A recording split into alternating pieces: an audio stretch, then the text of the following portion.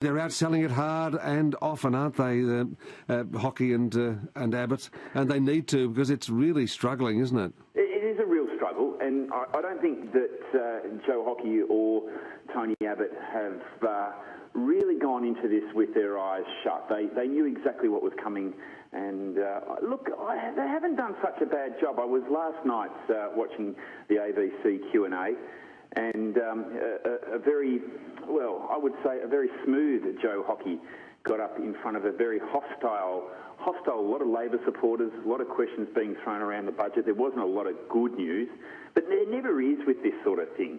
And I think almost the way that they're delivering it and the way that they're continuing to stick to their guns is that they're starting to turn a few people around to think, well, maybe this is not good for the individual, but good for the nation down the pathway.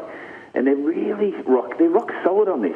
But I wonder, Andrew, if we just scrape above the surface, if we get down and dig a little deeper, how much strength there is behind this federal budget and the two blokes that are leading the way with it. I'm beginning to think that there is some weakness around that could see this actually blow up in their faces.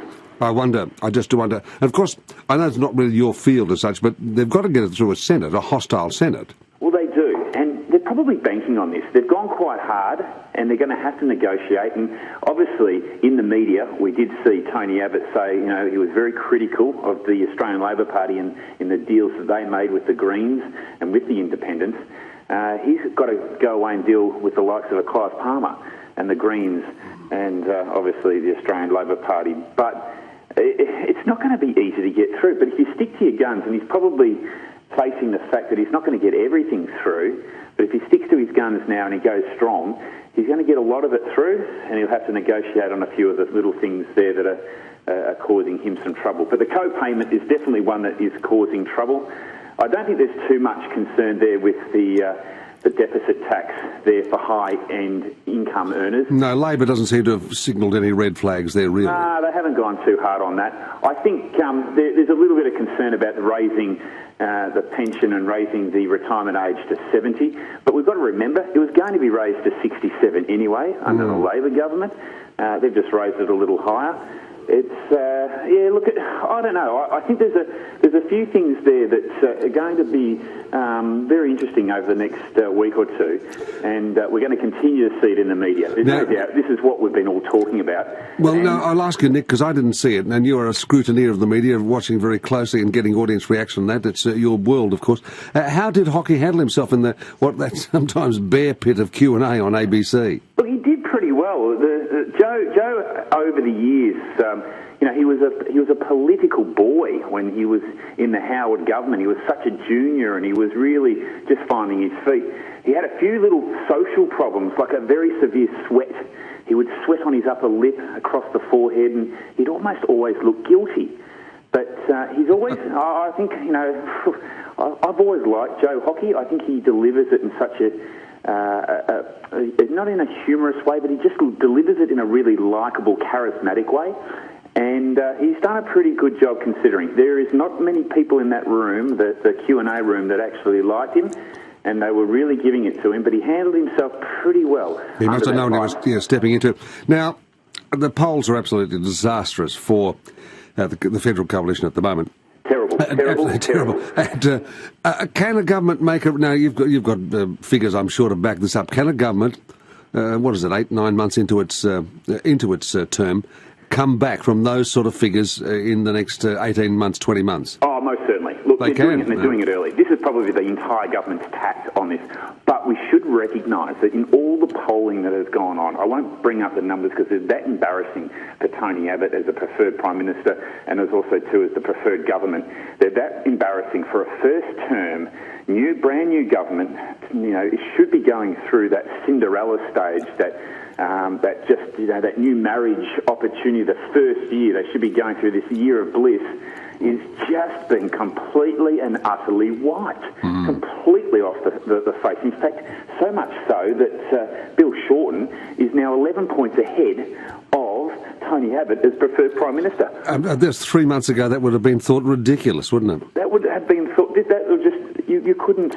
there wouldn't be odds for that. That would be like going and putting, $100 on a 600 to 1 horse, knowing that it was a donkey against all these thoroughbreds. But the donkey seems to have just shot past all the thoroughbreds. It's really quite amazing. Now, there are precedents for governments coming back from these kind of disastrous poll figures to winning the next election, are there? No, look, they'll do it. They'll do it. And the best thing is, if you're going to do it and you're going to bring the pain, you're going to bring the pain early. And they've shared that.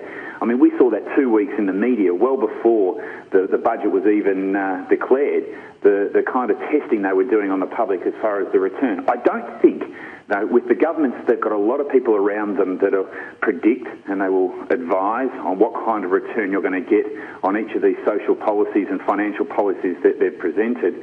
And I don't think they would have been ready for the kind of bite back that they've got. I mean, that march over the weekend for, demonstrating against that federal budget, look, there's a lot of people that'll just get up and stand up and they'll go for a march. They love to get up and have a march. They'll march at anything.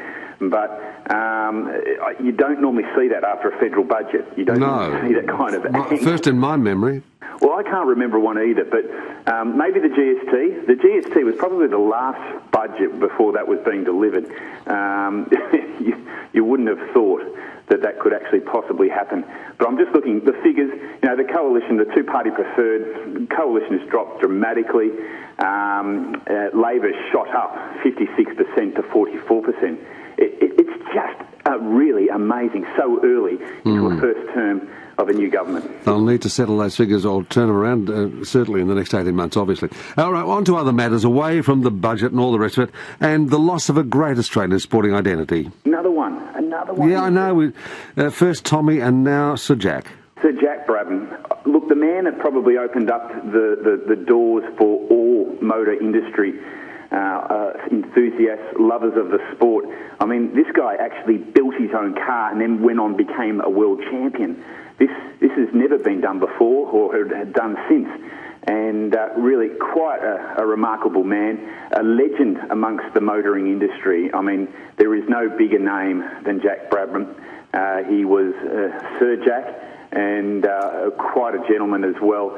It's just sad that just 1 week after Tom Hafey has passed, we're just seeing another one head out the door, and I hope we're not setting a precedent here for next week, because it's just one of those things that he was such an elite sportsman and opened up the doors to the international sporting arena. Yes, really. It was a worldwide name. We forget. It wasn't just ours. He was the world's. And raced cars in an era that, none of the car racers today, naturally, would want to race in the standards and the conditions that Sir Jack raced in.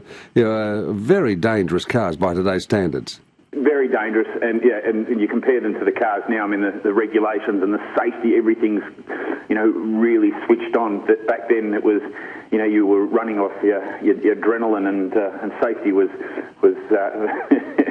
probably fifth or sixth on the list. I would say so, yes, looking at some of the old footage of those races and how close the crowd are to the track. Oh, man, with just a few hay bales between them and the cars.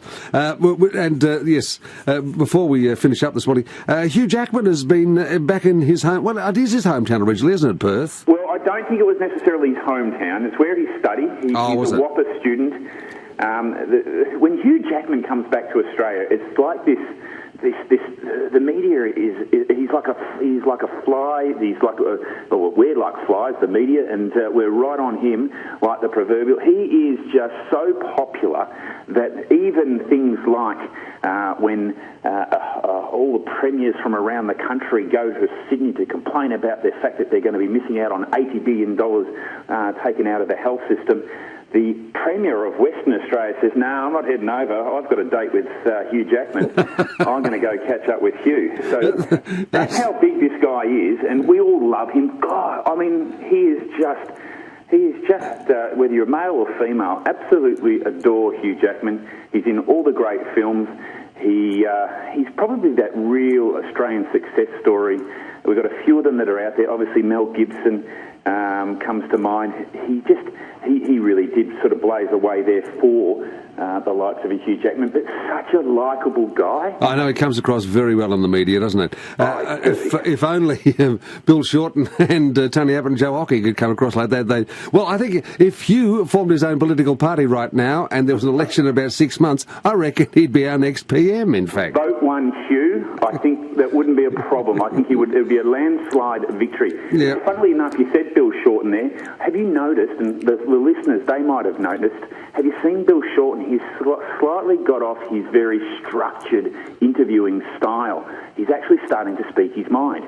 And I like that. Yeah, it's much better. Well, it was, when you think about it, its early days was a big job. Leader of the federal opposition is a huge thing, and I know he's been in politics for years, but he was taking a real step up there, and you've got to adjust to it and get settled in the chair. And I think, yes, I agree with you. I've noticed the last few interviews he's been a much more relaxed person. Yeah, he's starting to speak his mind, which is, I think, what the Australian people are looking for. But just getting back to Hugh Jackman, yes. Him and his beautiful wife, Deborah Furness, have donated $1 million into it's back to WAPA, which is the West Australian Performing Arts.